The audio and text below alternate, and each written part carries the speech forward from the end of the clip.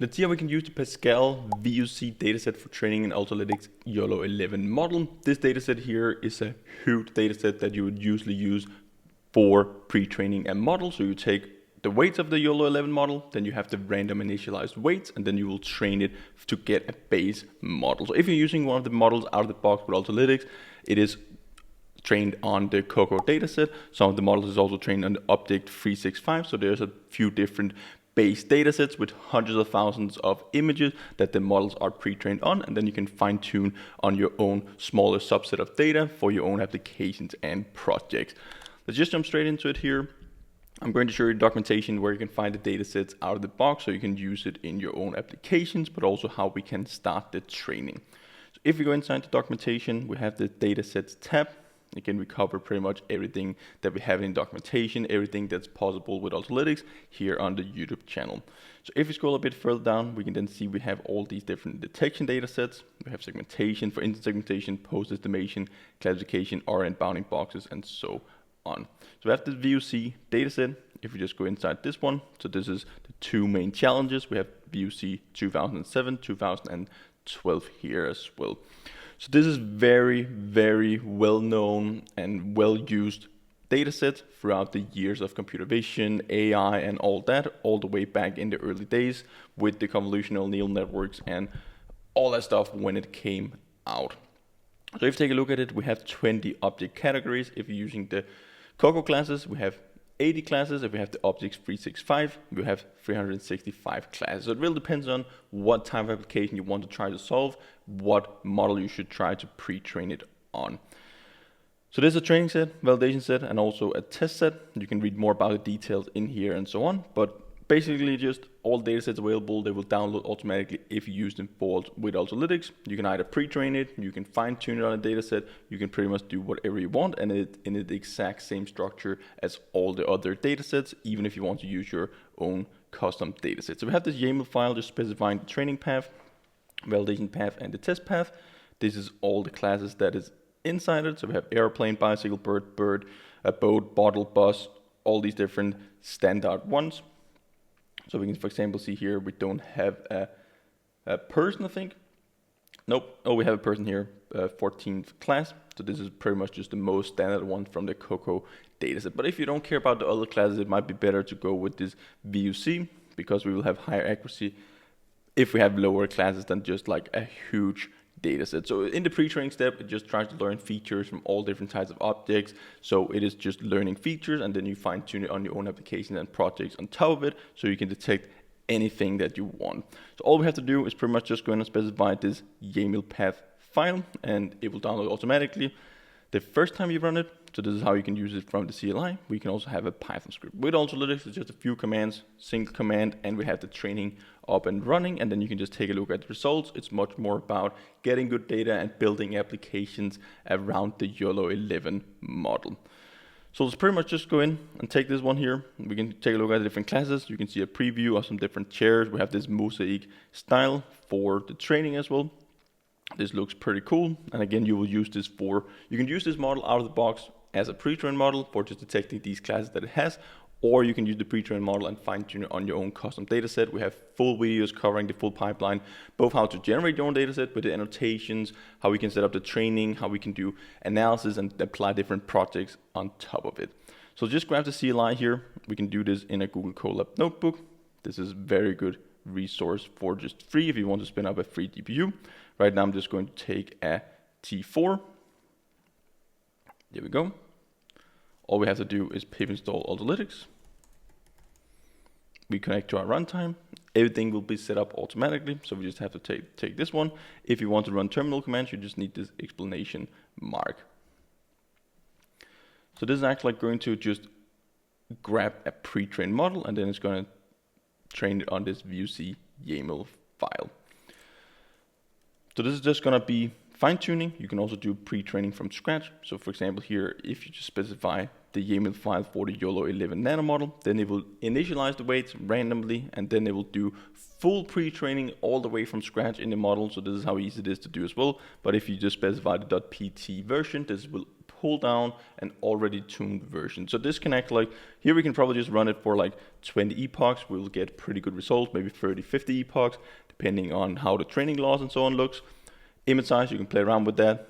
But if you want to do a full training run from scratch, you definitely need to run it for, depending on the hardware of course, but it probably needs to run for a few days to have a model which is on par, or even just getting any results pretty much. So you can do it based on your own applications. Just to save time, we just specify the PT model and we should be good to go. So let's take a look at some of the dataset structure and images in just a second. But again, everything will be pulled down automatically. I just ran these scripts. Everything will be down in the description as well, so you can just grab it and easily use it. Inside Google Colab, they also have this cool new feature where Gemini is hooked up, so you can always just like ask it questions about like how to extract the results from the YOLO model. For example, it will iterate through it and give you all the bounding boxes, confidence scores, class IDs, and so on. So we can see that the VOC YAML file was not found, so it's missing the path. So it's going to download it automatically from the Ultralytics asset. So all the data sets that we have inside the Ultralytics documentation, they will pull those automatically. And there's some pretty cool ones that you can go and play around with for real world applications, with both drones, different types of medical, like some pill detection, intersegmentation, all the different tasks are available in there. So now we can see it's almost done downloading. We have 11,000 images for our training set for the 2007 version. Now then is also downloading the training set for the 2012 version. They have 40,000 images, and then just going to merge those together as we specified in the YAML file. So now just scanning through all the paths for datasets, doing validation checks if the bounding boxes, all the annotations and so on are in the correct and valid format. So training is done, validation is done. If we go inside the file explorer here, we can see we have our runs. This is where we're going to have all the different training results. So right now we're starting the training, and we can see we have our data sets. So we have the VOC, we have our images, we have our labels. So this is going to be the two training validation sets, and then you also have the labels in here. We've started the training, 20 epochs. We're just going to let it run here for some time. We can take a look at the losses, the accuracies that we get out, and so on, if you need to train for more epochs. So this is pretty much everything that you need to be able to train a YOLO11 model on the Pascal VOC dataset. You can use any dataset, just swap it out. It's so easy to use with Ultralytics. Let's let it run here. Let's go grab a coffee, and then we'll come back and take a look at the results. So now we can see that the model has trained for 8 epochs, and we get pretty good mean error precision. We can see we start at around 0.68. We fluctuate a bit in the beginning, but then we can see it just starts to increase here, and now we're pretty close to 0.8. So it's basically just going to train for 20 epochs. We can also go inside the Ultralytics documentation and just see how we can do a model prediction. So we can just grab the model then. We can just stop the training at any point. We will always have the best weights in here. So for example, okay, you can see that you have a pretty good model now. Now we just let it run here. But then you can actually go in and stop the model. You can use early stopping and so on as well. It might be that you have started it for 100 epochs and you can see, okay, nothing's really happening now. You can always go in and use and just download this PT model, so base.pt, it will download it to your computer. You will not get all the training graphs and all that if it doesn't finish up, but you always have this result CSV where everything is logged to per epoch. Then you can just visualize them yourself or just go inside the log and see here. So we can see our validation losses, they're going down. We have our validation boxes, they're also going down. It's not fully converged yet, but this is pretty much how I use it on a daily basis. So now we can just go in and copy this path. We can swap it out here. So this is the Python code that we're going to run it in. We're going to grab one of our images from our test set. There we go. Let's just grab a random one. We're just going to take this one. We copy the path. This one here can take any sources. We have full videos covering all the different arguments and so on that you can specify into it. So here, let's set it to 640. We have the confidence. Let's just go 0.3. So we just detect what error we can find in the image. So now we're going to load in the model. We're going to run the prediction, and then we can get the results out after. So you can have the results set that equal to the model prediction, and then you can iterate through your different results, get all the mask or all the detections and everything that we need. So this is the save directory that we get out. So we both have our training directory for a detection task, we have predict, and we have our training folder. All these, you'll get that automatically. We have our prediction image, and here we can see this is the results that we get out from just throwing this random image into our model that we have just fine-tuned on the Pascal VOC dataset. So you can go ahead and grab some more examples. Let's just take one more here to finish off the video. So let's just scroll down. Let's just grab this one, copy path. You just swap it out. Like you can load in the images with OpenCV. You can have a live webcam running. You can even just specify the webcam directly here with the serial index or a video, and it's going to run that. If you want to run tracking, you can just hit model.track and it'll run object tracking on it as well.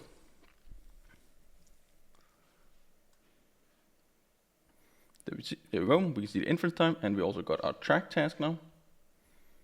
Of course, it doesn't make too much sense when we only have one image to run tracking, when we didn't want to get our ID and keep the track IDs across frames for the different objects. So now we have our track folder. So each task will create its own folder. We're not getting any detections here.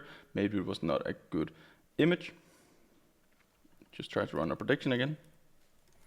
Should get some boats here, but maybe we should train the model a bit further. We can lower the confidence and see if we get predictions then. Go down, we have our track folder. It'll just refresh it. Oh, that's going to be in predict.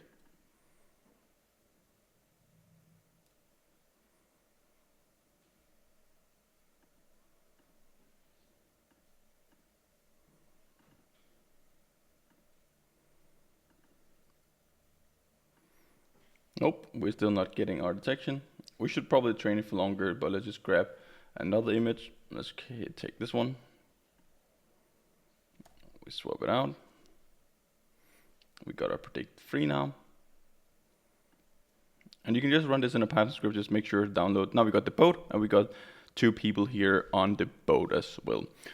So yeah, right click, download the weights, use it in your own Python script and applications. This is how easy it is to get up and running with the Ultralytics framework. Hope you learned on this video here. Make sure to check out all the other videos that we have on the channel, pretty much covering the full pipeline in computer vision, how to set everything up. Hope to see you guys in one of the upcoming videos. Until then, happy learning.